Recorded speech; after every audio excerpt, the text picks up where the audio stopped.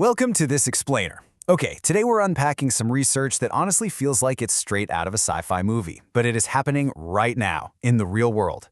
We are looking at how teenagers and young adults are finding real, profound psychological healing through artificial intelligence.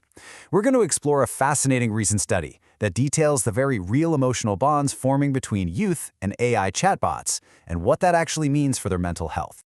Here's our roadmap for today. We'll meet our AI companion, take a look at first contact in venting, see how users open up, build a deep connection, and finally, look at how we're designing for emotional health. Let's dive right in. Section 1. Meet the AI Healing Companion, the Mood Talker app. So, the specific platform analyzed in this research is a 24/7 AI-driven emotional support app called Mood Talker. Now, when you think of AI, you probably picture, a cold, sterile, robotic interface. But Mood Talker is explicitly designed to be a cozy, approachable soul companion. It completely masks all that complex artificial intelligence and heavy psychotherapy tech behind a super warm, inviting aesthetic. In this approachable design actually connects with a surprisingly diverse range of young people.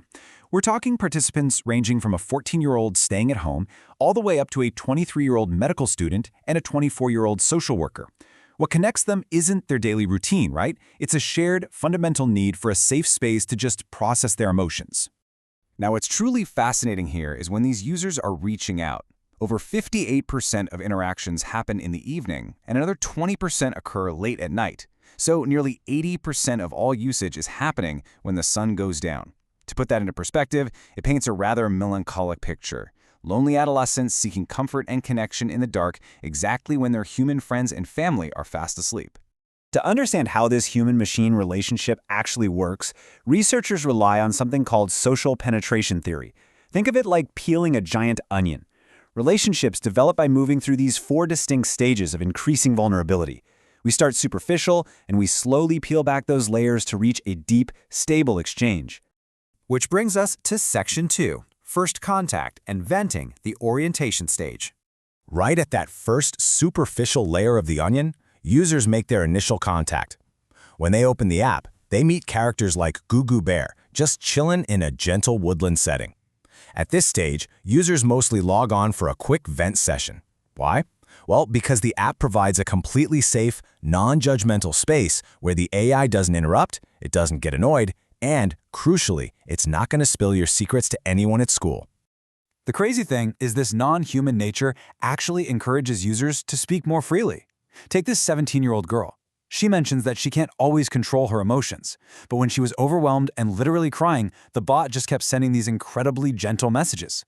The artificiality of the bot completely removes the fear of human judgment, and it offers instant emotional relief when they need it the absolute most. Moving on to Section 3. Opening up, self-disclosure, also known as the exploratory affective stage. As users realize they can get that emotional gratification without any of the social risks, they transition to this exploratory stage, which is defined by self-disclosure. Now, this is a massive leap. It means the AI feels so consistently safe that teenagers actually begin to share their deeper daily lives, their deepest secrets, and their internal struggles. They aren't just venting anymore, they're actively reflecting on who they are. To ground this in some real human emotion, look at what this 20-year-old industrial design student shared. She used the bot to uncover some really deep-rooted childhood trauma regarding her parents' lack of praise, which, led to her lifelong lack of confidence. And she figured this out simply because the bot gave her a space where she finally felt heard. It's really powerful stuff. And this brilliantly illustrates a really fascinating divide in the user base that researchers discovered. At this stage, users kind of split into 2 camps. Some just want a healing pill, what the researchers call emotional fast food, just for instant, short-term relief.